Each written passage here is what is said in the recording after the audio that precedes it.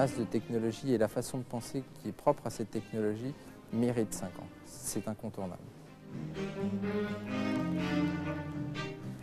Ce que je crois qui est intéressant pour des élèves après le bac, c'est d'avoir l'équivalent de la maths sup, maths spé, et tout ça intégré dans 5 années de cursus cohérent. À l'essier, qu'on soit en première année ou en 5e année, on a les mêmes droits et on se côtoie. D'un point de vue cursus, vous avez un nombre de possibilités de spécialisation ou même d'études de langue qui est assez incroyable. Vous avez un nombre d'opportunités, vous n'avez plus qu'à les saisir. L'une des particularités de l'école est de privilégier l'aspect concret des enseignements. Une bonne façon de préparer les futurs ingénieurs et technologues à l'univers de l'entreprise. Nous, on apprend ce qu'on aime, donc tout de suite, c'est pas la même chose. Les maths et de la physique, ça occupe quand même plus de la moitié de notre temps dans une semaine. Mais le fait qu'on les mette tout de suite en pratique par des matières qui nous plaisent derrière, ça fait passer beaucoup mieux les notions qu'on voit. Premièrement, on expande, c'est-à-dire on met des... Ce qui me plaît, c'est le côté appliqué, pratique de l'école. On approfondit mieux qu'en IT, mieux qu'en fac, et ça nous permet au moins d'avoir une expérience, je veux dire, même en étant à l'école, on a une expérience plus ou moins professionnelle.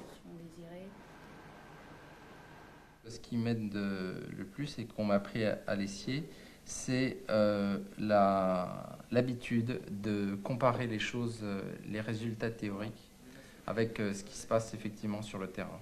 Et ça, c'est une habitude de travail qui est bonne parce qu'elle permet de toujours savoir où on est.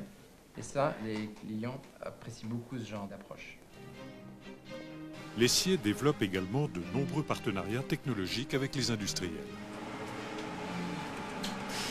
En dernière année, on a 3 mois de cours et ensuite on enchaîne 6 mois de stage au sein d'une entreprise entourée de professionnels.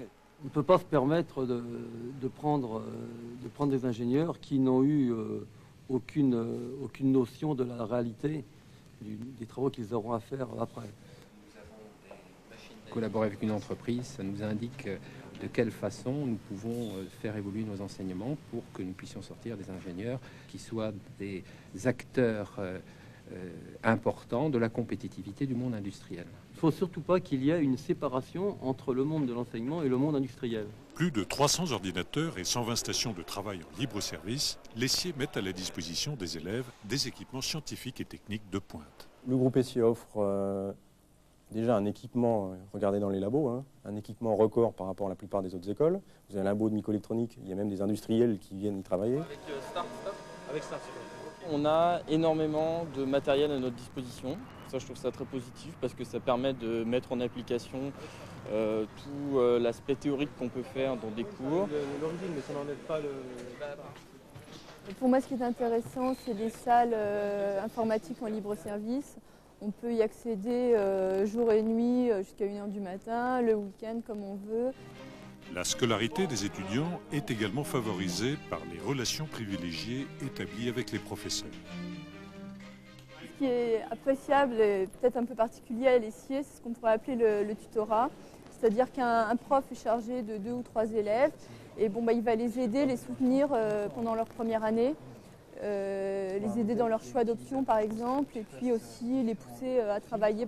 D, c'est la matrice qui est diagonale, c'est-à-dire quand on retire les 1. La post-assistance, c'est un système qui est à l'essier et qui, à mon avis, est très positif. C'est-à-dire que quand on n'a pas compris son cours ou c'est aidé, on peut aller voir le professeur, on sait, il a une salle attitrée, on peut aller le voir pour lui poser les questions qu'on a posées et ce qu'on n'a pas compris. Hors de prix, mais en général... Autre chose qui m'a motivé, c'est qu'à la fin de l'EST, on a la possibilité de rattraper l'essier, qui est l'école d'ingénieur. Et c'est vrai que finir avec un diplôme d'ingénieur, ça peut être quelque chose de très important aussi au niveau des emplois. Une école, c'est aussi une âme. L'architecture particulière de l'essier, avec sa rue centrale, contribue à la vie de l'école et à son animation. Quand on choisit une école, on regarde si on se sent bien dans l'endroit où on va. Alors la rue, c'est l'endroit en fait où tout le monde circule. D'aller d'un bout à un autre, c'est assez long, surtout quand on rencontre évidemment les copains, les copines, on discute. Ça peut mettre bien un quart d'heure, voire une demi-heure pour aller d'un bout à l'autre. Moi, j'ai craqué pour le gymnase, mais... Je dirais pas que c'est sérieux qu'une école dise qu'on y fait du sport. Mais je pense que c'est pas sérieux qu'une école dise qu'on n'en fait pas.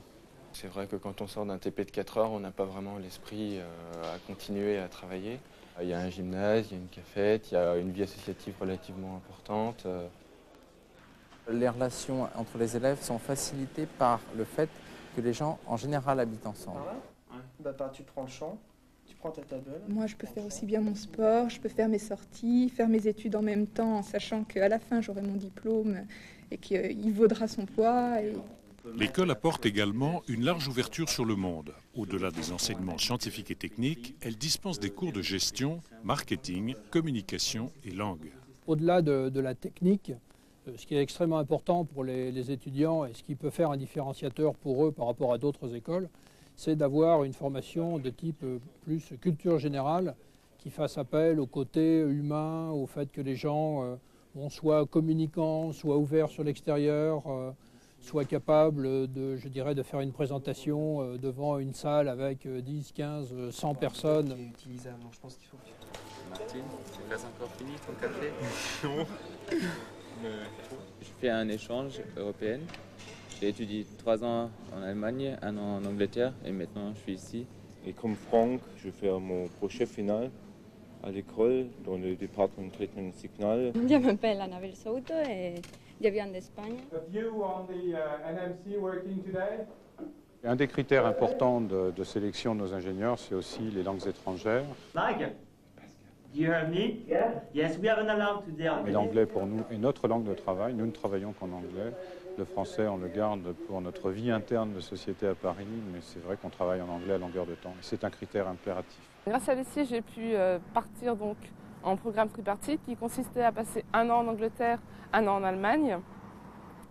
Et j'ai aussi pu faire un stage à Singapour. À l'école, il y a pas mal de programmes qui nous permettent de partir à l'étranger pendant nos études. Why don't we ask Celine questions about British Columbia? Does anybody have any questions? And then everybody goes, okay, you got it? Et ben, l'année prochaine, je fais un double diplôme, c'est-à-dire je pars 1 an en Angleterre et j'ai mon double diplôme. J'ai un diplôme de la faculté anglaise où je vais aller. On peut aller après travailler en Allemagne en disant, vous voyez, je n'ai pas un diplôme étranger, j'ai un diplôme de chez vous.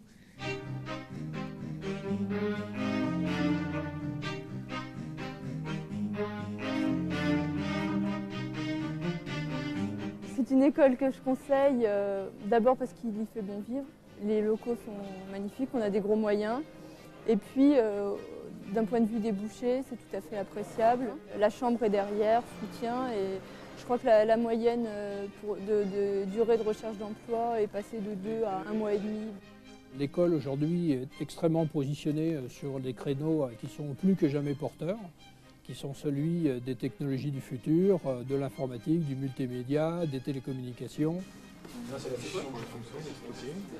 Les plaquettes que distribuent les écoles, c'est bien beau, mais la meilleure chose pour bien connaître une école, c'est de venir la voir.